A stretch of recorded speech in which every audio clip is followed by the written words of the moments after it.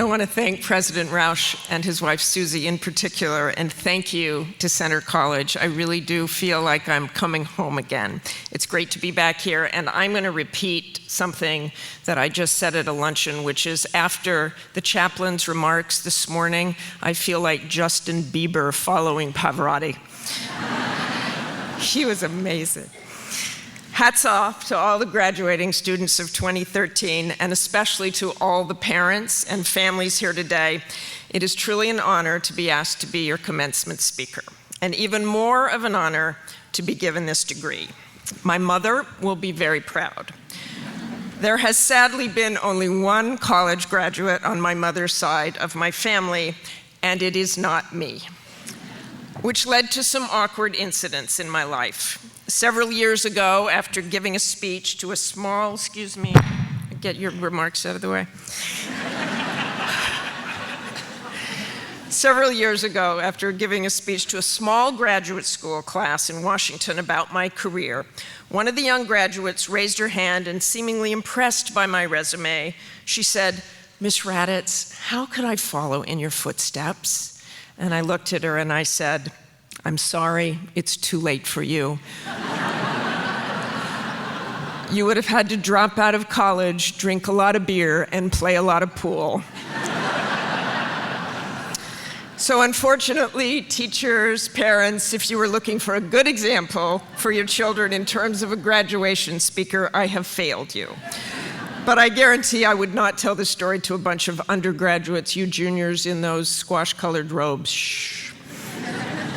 In my early years, I was a terrible example. On the other hand, I am a pretty darn good example of someone who overcame some really stupid mistakes through hard work and taking chances. I will admit my memories of your beautiful campus last October are limited. I remember it was fall. I was at an inn, I was in a car, I was here in Newland Hall, but it looked much different. And I was crazy, catatonically nervous until I took the stage. Then there was a debate, a bit of yelling, a lot of water. Then I was happy. Then I had several glasses of wine, and I was even happier. But one thing I remember clearly throughout my entire visit to Centre College, I have never felt so welcome or so well taken care of, and that goes for this trip too. The first students I met here were smart and kind and confident. Ben Boone, who played Joe Biden in the debate rehearsals, Tommy Munez, who played Paul Ryan, and Alex Birmingham, who played the debate moderator, yours truly.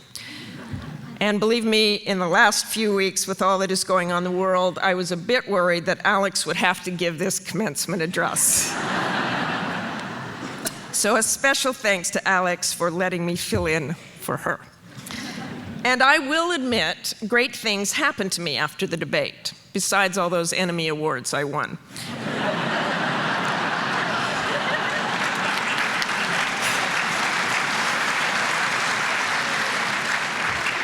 Who else here had the rapper Chamillionaire tweeting about them that night?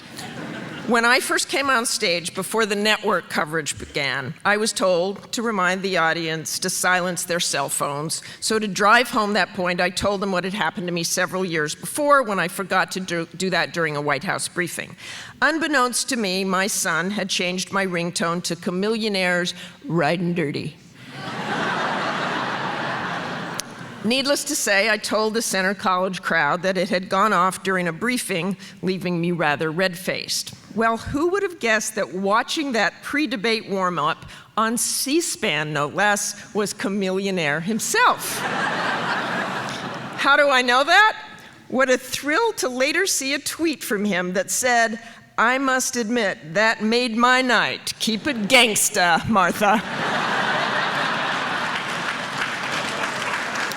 And of course, no one was happier than my son reading that tweet. Except Eva Longoria, I guess, tweeted about it too, so. I have also never gotten a better memento from a place that I did from this college. I do have a pretty interesting office with reminders of my world travels. A hand-beaded walking stick from Rwanda, an empty tank shell from Bosnia, the American flag that was on board that F-15 fighter jet that I flew in on the combat mission over Afghanistan, and a military coin collection that rivals the best of them. But judging by what people who enter my office say, there is nothing more jaw-dropping in my collection than what the college gave me to commemorate the vice presidential debate, a Louisville Slugger with my name on it. I know I have Dr. Richard Trollinger and Dr. Clarence Wyatt to thank for that, in fact, for arranging the entire debate. Thank you so much. To say that moderating the debate was an assignment out of my comfort zone is putting it mildly. I had spent most of the previous decade, as you heard, traveling back and forth to conflict zones. I had stayed as far away from the campaign as possible. But last August, my boss warned me on a Sunday afternoon that I should make sure to carry my cell phone because I was going to get a call and I had to say yes. I had no idea what the call would be. Was it a secret presidential trip to Afghanistan? Doubtful with the election so close. Some new opportunity at work. I was already very happy with what I was doing. But whatever it was, I assumed it was good news because my boss seemed pretty darn excited. Then the call came from Janet Brown from the Commission on Presidential Debate. She asked me if I would consider moderating the vice presidential debate, and then talked for 5 more minutes about rules, dates, locations, and other things, none of which I was processing. It was like getting a call that I had a terminal illness. Once they tell you that, you have no idea what the doctor says next. What I did think was, are they nuts? I haven't covered the campaign. I don't know political lingo, probably wouldn't recognize half the people on Capitol Hill. And most of all, I thought, I am not George Stephanopoulos.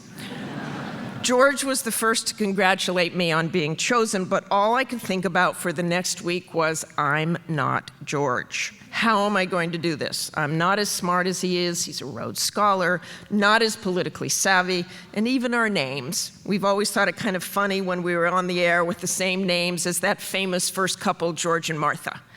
But my name elicits thoughts of an ancient matronly first lady, his a beloved president, a commander-in-chief. And George Stephanopoulos has much better hair than I do. Although I think I win against George Washington. But I figured with the debate fast approaching, I only had a week to enjoy the self-doubt and anxiety. I had to get to work. So instead of I'm not George, I decided to embrace my own discomfort, to use that anxiety in a positive way, reaching for my inner warrior, which has gotten me through so much in life. My thrill in the Ville would be pushing my own limits. My colleague, friend, and anchor goddess at ABC News, Diane Sawyer, a Kentucky girl, as you probably know, said it best in a recent interview. Great experience takes place at the edge of your competence. Being safe, she said, is the enemy of everything. Because in that beautiful anxiety is an air pocket of what you've always done and what you might do. That is your creative life. So for the next few months, I journeyed to the edge of my competence, ready to cross the line. I studied all my waking hours, even while traveling back and forth to my son's college football games each weekend, since I believe that no matter what your challenges, you must try to maintain a balance in your life between work and family and friends. You all know what the SATs were like. It was kind of like that, but then having to take them in front of more than 50 million people. But in the end, if you have prepared, you are confident, and you are a warrior, you really don't care how many people are watching. From that example, I turn to the part of the commencement speech where the speaker tries to impart some more wisdom or practical advice. Let's get the practical advice out of the way first. Mr. Hamilton and his music aside, don't wear earbuds when you get your first big job unless you're going to work at NPR. Other than that, adults will be irritated that you can listen to whatever you listen to and work at the same time, and none of us believe you when you say you work better that way. You know what I mean, parents, right? What are they doing? Now for the wisdom. I thought long and hard about this speech. I know this is an extraordinary college, and the graduates go on to do great things. You are so lucky to have had this experience. More than 83% of those of you who started in the fall of 2009 will graduate today, and this places your 4-year graduation rate among the best in America. And especially dear to my heart, your class and the college continue to set the national standard for study abroad with a #1 national ranking in study abroad by the Institute for International Education based on phenomenal participation rates that have averaged 85% for the last decade. The study abroad statistics, which included 29 countries for the class of 2013, are impressive. 86% studied abroad at least once, 24% studied abroad 2 times or more, 6% studied abroad 3 times or more, 1.6% studied abroad 4 times or more. And setting a new center record, Natalie Pope not only spent a semester off campus in Washington, D.C., but also studied in foreign countries 5 times through center: Turkey, China, Vietnam, Spain, and Israel. Natalie must have more frequent flyer miles than I do. And by the way, I'm sure you can expect the State Department or CIA recruiter to be calling you very soon. And some of those travelers, like Ibrahim Jadoun, came a long way to even begin their study abroad. Ibi, as he is known, was born in Abbottabad, Pakistan, which may sound familiar to you as the place they found Osama bin Laden. But Ibi and his parents left there when he was 3, and he has thrived here, to say the least. A Fulbright scholar, he has said that the U.S. unequivocally houses the best institutes of higher learning in the world, and he chose Centre College. Your class has come of age during a turbulent time for this nation. More than half your life, we have been at war. When I look out over this sea of black and bright eyes and smiling faces, I imagine you all as 10 or 11-year-old children, huddled with your parents on 9/11, terrified or just confused. Your parents surely thinking, as I did at the time, that our lives would never be the same. Your lives would never be the same. But that seems a long time ago. We have come so far in our healing, and so much opportunity has come our way, your way. But today there are young people your age who are still fighting the war, and millions more who fought before them. And in that decade plus, while you grew and studied and became the promising young people you are today, more than 6,500 young men and women died in those wars. More than 5,000 children lost a parent or sibling, and tens of thousands have life-altering injuries. I know some of your graduates have gone on to serve, and many more will. And many families here have a history of service. I would like to take a moment to ask our veterans or those who have family members who have served to stand, and all of us to recognize them.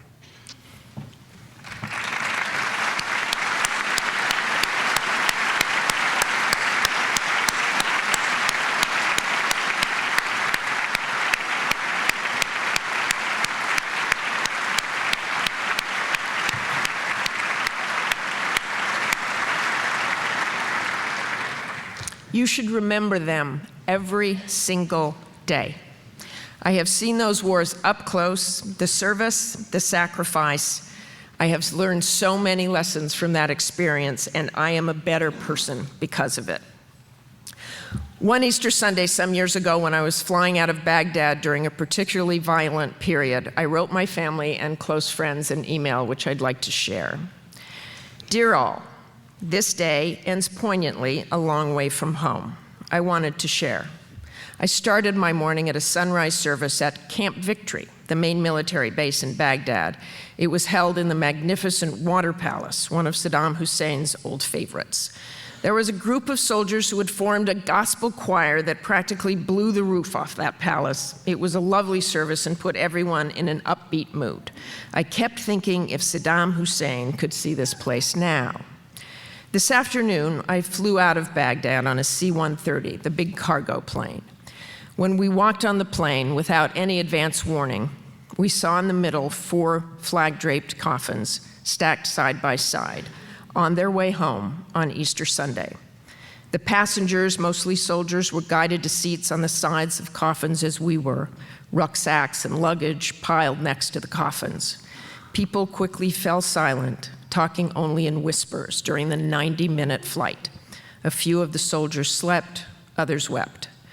The general I was with walked back and gently touched the flags. I cannot describe how emotional it was to have those coffins so close to us, inches away, not knowing who they were, but knowing how they probably died.